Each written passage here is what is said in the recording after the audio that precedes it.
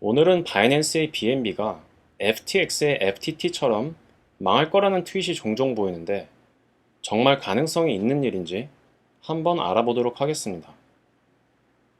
우선 FTX가 망한 이유를 짧게 살펴보자면 FTX는 샘 뱅크만 프리드라는 창업자가 알라미다 리서치라는 크립토 퀀트 트레이딩 회사를 설립한 후에 만든 암호화폐 거래소입니다.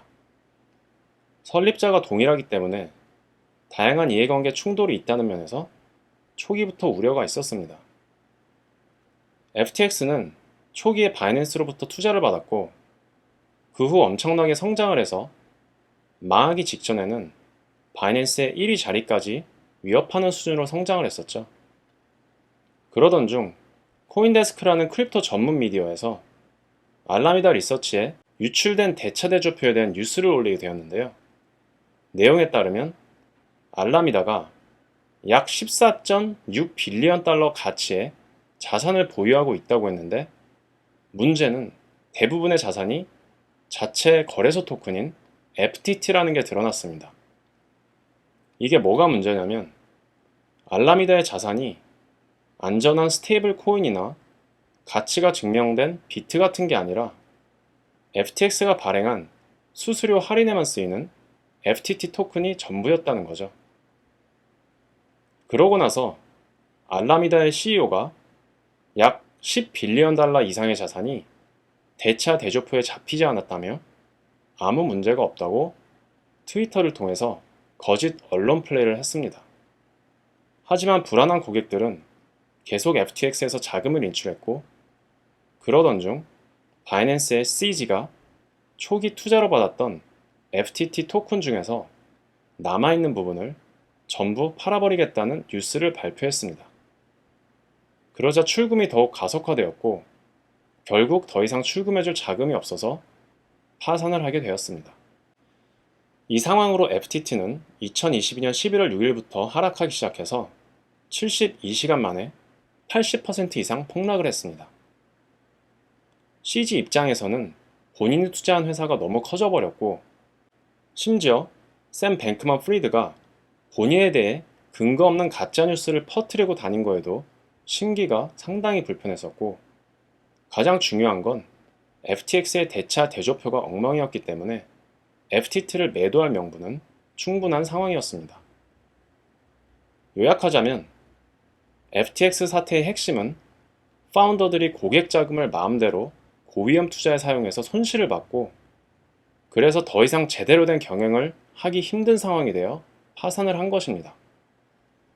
물론 뱅크런이 일어나지 않았더라면 투자자들을 더 오래 속이면서 사업을 지속할 수 있었겠지만 언젠가는 터질 일이었던 거죠. 오히려 더 늦게 터졌더라면 더 많은 피해자들이 나왔을 것입니다. 당연한 거지만 거래소가 망하면서 거래 수수료 할인이 유일한 유틸리티인 FTT 토큰도 같이 망한 거죠.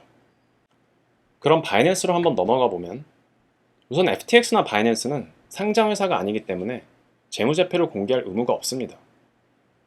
그래도 FTX 사태 이후에 재무 상태에 대한 투명성이 도마에 오르면서 해결책으로 Proof of Reserves라는 자산을 증명하는 방식을 도입하여 자산 투명성 문제를 해결하려 했습니다.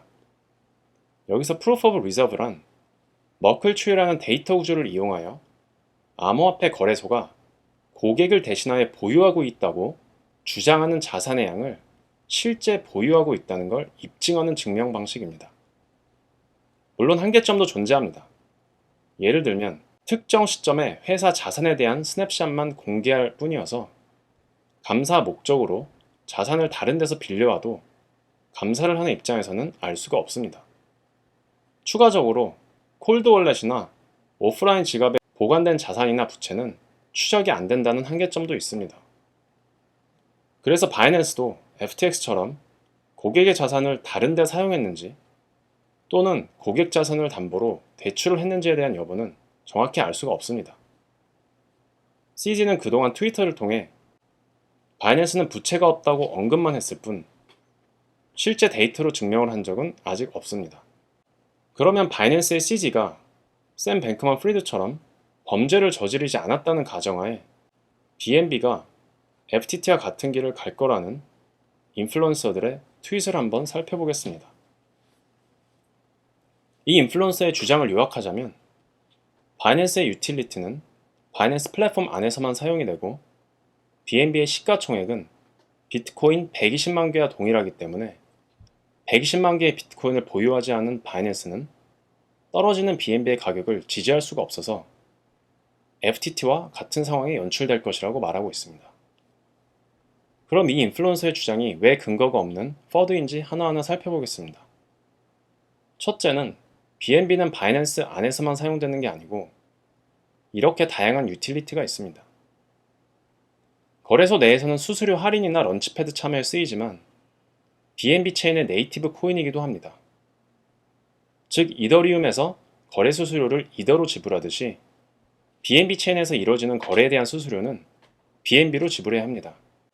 BNB 체인의 데이터만 봐도 펀더멘탈이 타 체인들에 비해 양호한 편이라 만약 가격이 제로로 갈 확률을 굳이 따진다면 솔라나, 폴리곤, 아비트럼 등의 체인들이 제로로 갈 확률이 더욱 높겠죠. 둘째로는 BNB 시총이 비트코인 120만 개와 동일하다고 비트코인 120만 개를 보유해야 된다는 건 BNB 가격이 떨어지면 비트코인으로 지지를 해야 된다는 논리인 것 같은데 전제 자체가 잘못됐다고 생각합니다. 이건 마치 이더리움이나 솔라나가 가격이 떨어진다고 이더리움이나 솔라나 재단에서 비트코인으로 가격을 지지해야 한다는 논리와 같은데요. 당연히 말이 안 되는 소리입니다. 메인넷 코인은 각각의 독립적인 코인이고 개별적인 생태계와 시장의 수요 공급에 따라 움직이기 때문에 바이낸스에서 인위적으로 가격 지지를 할 이유가 없습니다. 이런 트윗을 보다가 제가 재밌는 걸 발견했는데요. 바이낸스나 타 코인들에 대해 근거가 빈약한 퍼드를 퍼뜨리는 인플루언서들이 대부분 비트코인 맥시라는 점입니다. 사실 비트코인 맥시들은 공공연하게 암호화폐 커뮤니티에서 질타를 받아왔었는데요.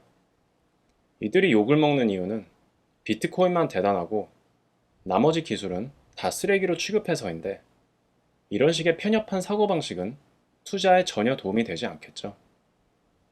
다양한 기술과 의견을 수용하고 열린 마음으로 접근해야 산업 전체가 발전하는 것이지 내가 믿는 것만 옳고 나머지는 다 틀리다고 매도하는 건 암호화폐 산업의 발전에 아무런 도움이 되지 않는다고 생각합니다.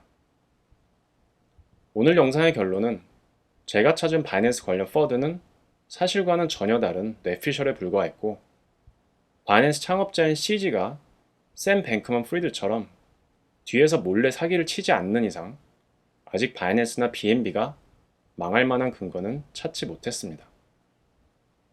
오늘 영상은 여기서 마치도록 하겠고요. 도움이 되셨다면 구독과 좋아요 부탁드리겠습니다. 감사합니다.